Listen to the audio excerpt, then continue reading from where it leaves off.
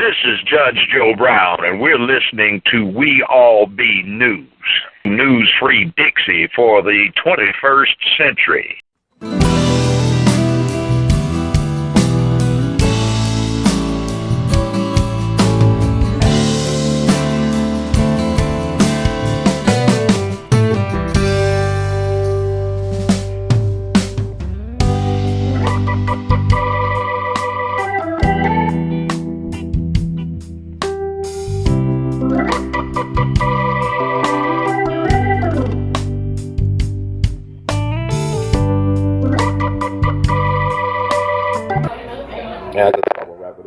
I was actually we talked about the 4 Marines getting killed in Chattanooga. I'm still waiting for them to blame it on ISIS. So I keep on. We're gonna start blaming it on ISIS because a Muslim American that did it.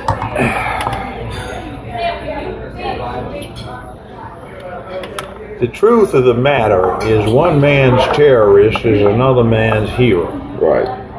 We have a struggle of ideas going on in the world, and our media and our elected officials have hyped up this terrorist ISIS thing to a point where it actually recruits for ISIS and such.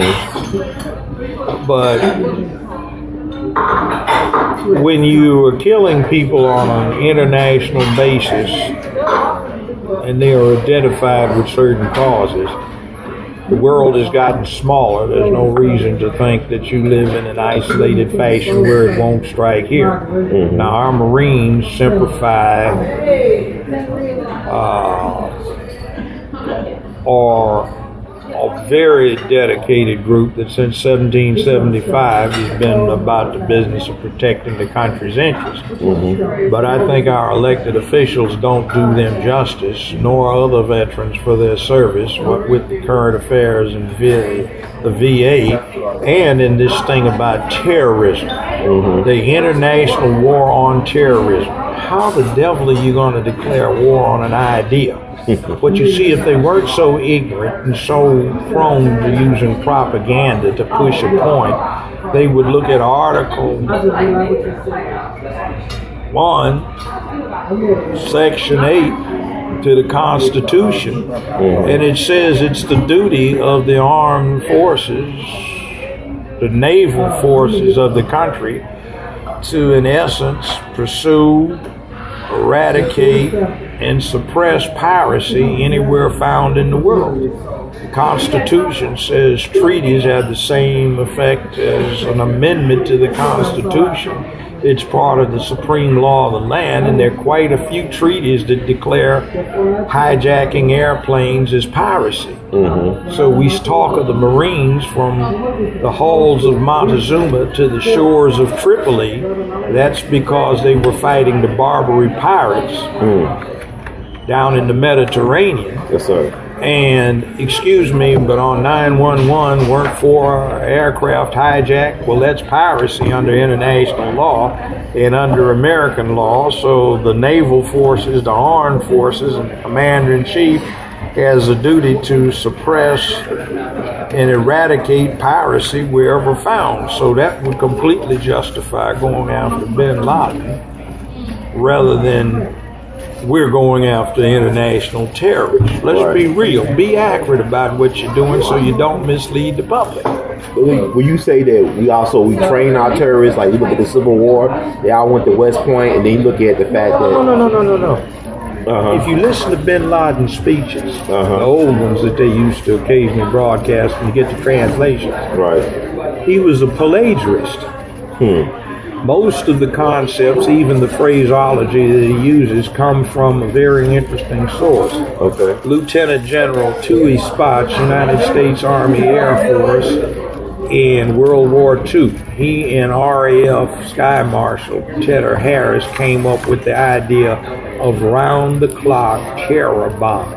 The theory is that the German soldier is a brave man and you cannot terrorize nor intimidate him. But if you terrorized his women and children, he would be concerned, and with the clamor that they raise, he would look to his Nazi leadership as being subject to blame for having put his loved ones through this and perhaps rebel.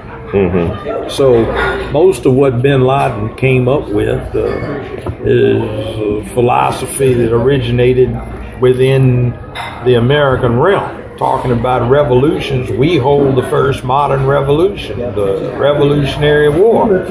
We invented modern guerrilla warfare. Right. You know, remember the Minutemen and everything else fighting the British who were traditional and all of this? That's us. We are the ones that came up with what would be ask no quarter.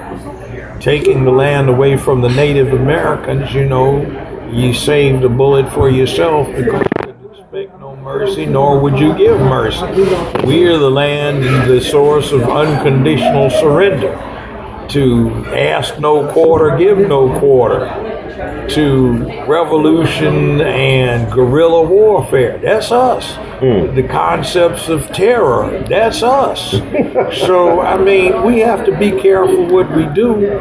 And I know we don't go to school and nobody wants to study history. Otherwise, if you did, you would say, well, this didn't quite work out. You know, we need to be careful what we buy into. So if you're going to have a war on terror, who are you going to declare war on? With the exception of piracy, you have to have a sovereign entity to declare war on unless it is rebellion or insurrection.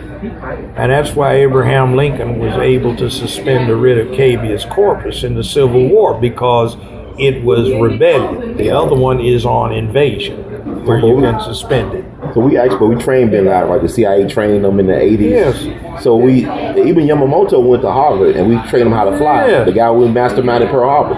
So we Dr. Frankenstein. And see, you even have to deal with Yamamoto. He tried over and over again to advise the Japanese government, do not attack America. You will awake the sleeping giant.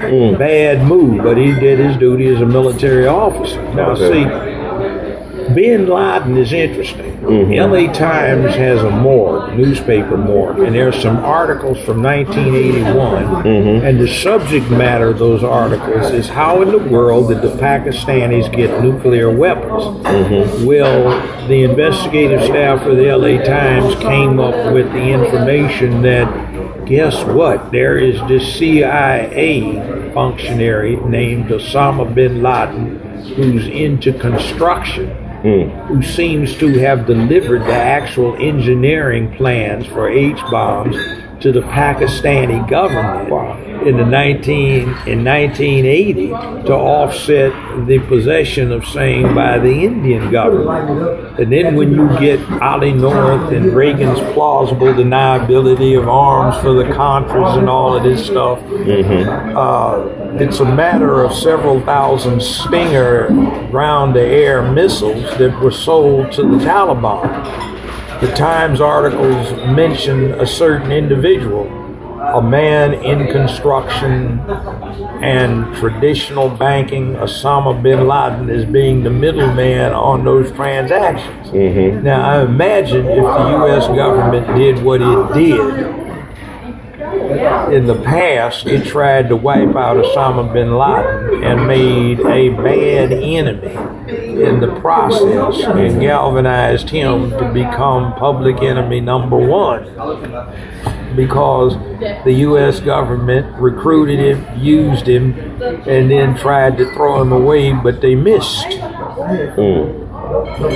Wow.